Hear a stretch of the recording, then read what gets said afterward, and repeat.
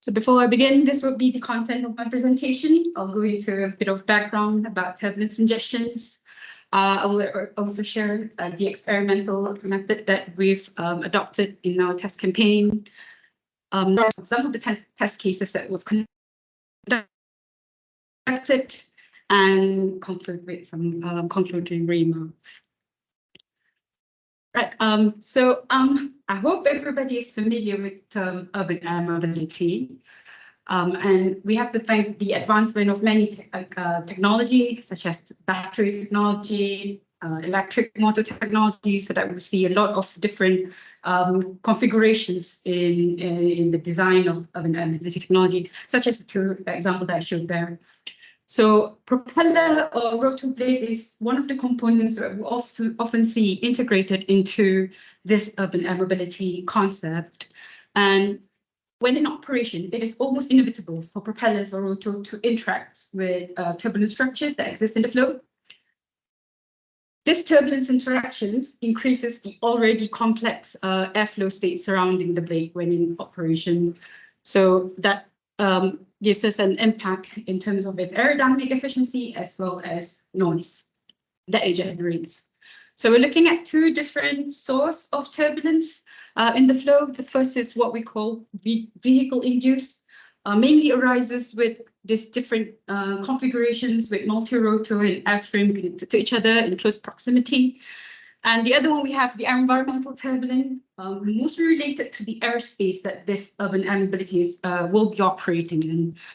It could be caused by urban structures such as tall buildings, trees, as well as the weather conditions. Right. So to investigate further about this turbulence ingestion studies, myself and into experimental method, I've personally used the National Aeroacoustics Wind Tunnel for all of my PhD test cases, which I will share some of the results later on. We also conducted in the pressure neutral acoustic wind tunnel, but those are the one that my colleague Liam, who will be sharing later on this presentation, the results from him. So I will also share a little bit on that because it's more related to turbulence ingestions. Due to the isolated tilting rotor test rig, which is the test rig that I've used to conduct the experiment. So this test rig is basically something that we can vary in various configuration style, ranging from propulsor mode to helicopter mode, and it is tiltable for a wide range of angle from 0 to 180 degrees. Quite straightforward. We have a propeller connected to a brushless DC motor, which is then attached at the back of the motor. We have the load cell to the propeller. This test rig is mainly used for lower RPM ranges. We do have another version of test rig, which we will see later on in the other presentation. That one is built with encoder, so it allows for phase locking experiment. So using the test rig that I showed earlier, we've conducted various types of experimental, looking at this test metrics here. We're looking at two main modes of configuration. The first one is the propulsor mode. This one where the propeller is set in purely axial inflow conditions. And the second one is the edgewise inflow conditioning called helicopter mode. We also have some sort of tilting rotor conditions just to see what happened when the changing happened between the helicopter mode to propulsor. So using this approach, we are looking at various operational parameters. We look at different rotational speed, different tip Mach number, inflow velocity, and tested it out using different geometric of the propeller itself. We vary different diameter, number of blades, as well as the pitch angle. As far as turbulence study is concerned, we are looking at two main type of turbulence, I would say. The first is homogeneous isotropic turbulence. This is used. This is the one that we did using grid inflow, mostly done on more fundamental configurations like the one I showed on top. We also look at external body-induced turbulence, whereby this is mostly addressing installation fact, like weight in front of in the propeller itself, also as multi-propeller configurations. Right, so the homogeneous isotropic turbulence I mentioned, we achieved that by using mesh grids that we produce in-house. Actually, Mr. Duke there, he's the one, this is his baby, basically. So we have 12 mesh grids available in total, which gives us a variety of turbulence ranging from 4 to 10%. We've used this quite extensively in the experiment. Right. In terms of the measurement technique, we've used mostly aerodynamic characterization using the load cell. Like I've mentioned, this is attached to the back of the motor to measure the aerodynamic load. We also have microphone measurements for characterizing the noise. This is something that we attach along an array of microphones that were installed surrounding the propeller itself. Yeah. All right, we also did flow field visualization.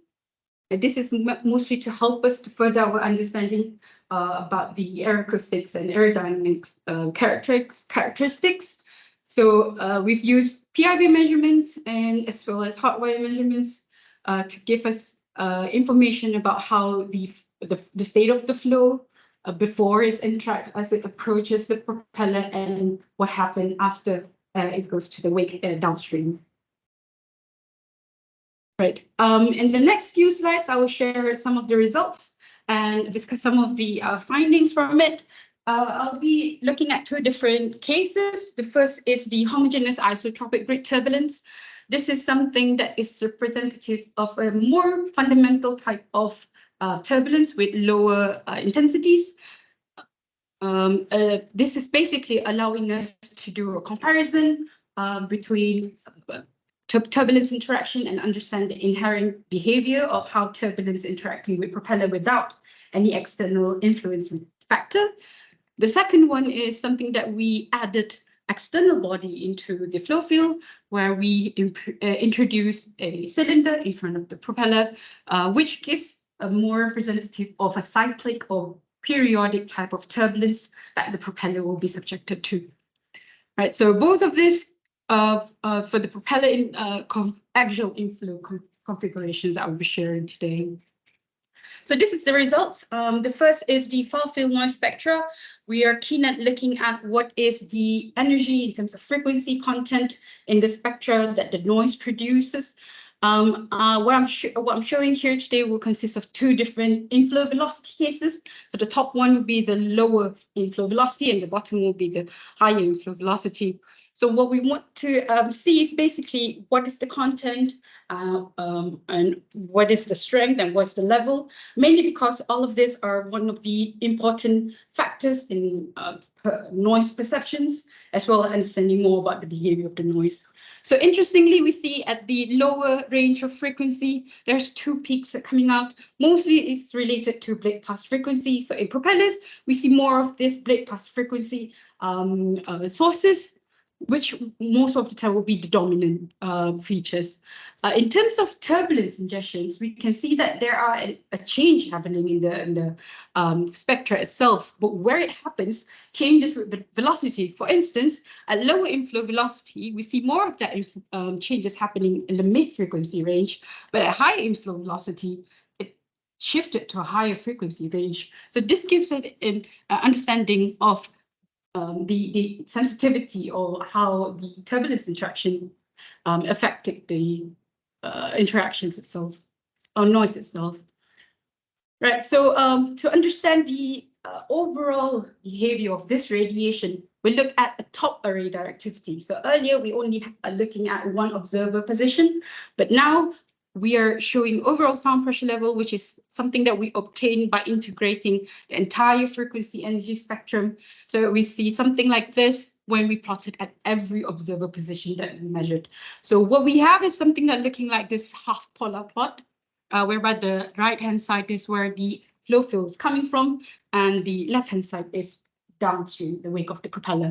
So interestingly, with turbulence ingestion, we start to see more of that directivity radiated downstream for lower pressure or for lower inflow velocity cases, but larger increase across the entire observer position can be seen for higher inflow velocity. So it gives us a bit of different level of sensitivity with turbulence ingestion for the same case, just with changing the inflow velocities.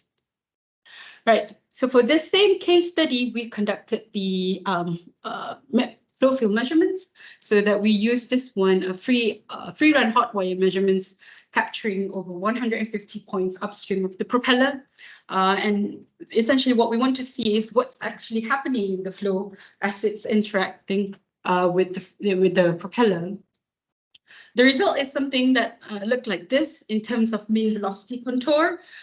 This is something that gives us an indication about flow acceleration that happened. If I can just take your focus into this highlighted zones, whereby we have laminar in two grid cases, with grid B being a higher intense turbulence and grid A being slightly lower intensity of turbulence.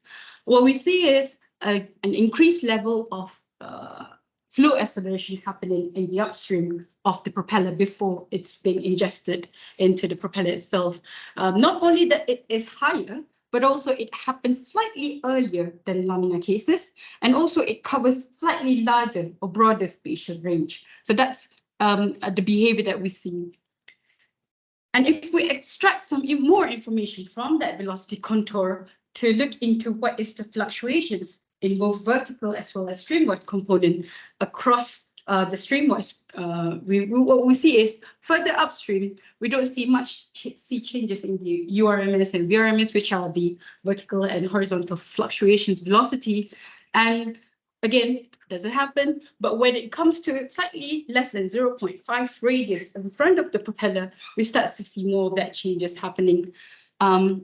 Why this is important is because velocity fluctuation is one of the variables that are directly linked to the unsteady properties of flow that dictates how much noise it is producing or radiating. So flow analysis like this allows us to identify where it happened. Like for instance, in the URMS cases, this is mostly happening at the midsection of the blade, whereas at the vertical component of the fluctuations, it peaks at two locations. The first is near the stagnation region at the hub, and second is near the tip of the propeller itself. So interestingly, this gives us an indication where exactly this fluctuation happened the most, so that we'll be able to understand those interactions. Right. So next, I'll share the results from cylinder wake interactions. This is something that were done using 10 centimeter cylinder, positioned 5 diameter distance away from the propeller.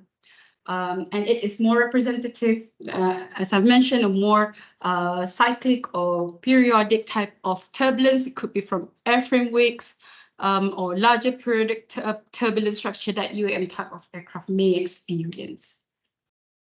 Similarly, this is a far field noise spectra, similar like what we've seen earlier.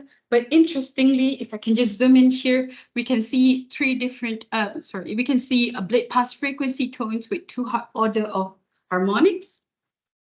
And just move here, we see this very interesting appearance of double peaks surrounding the blade pass frequency.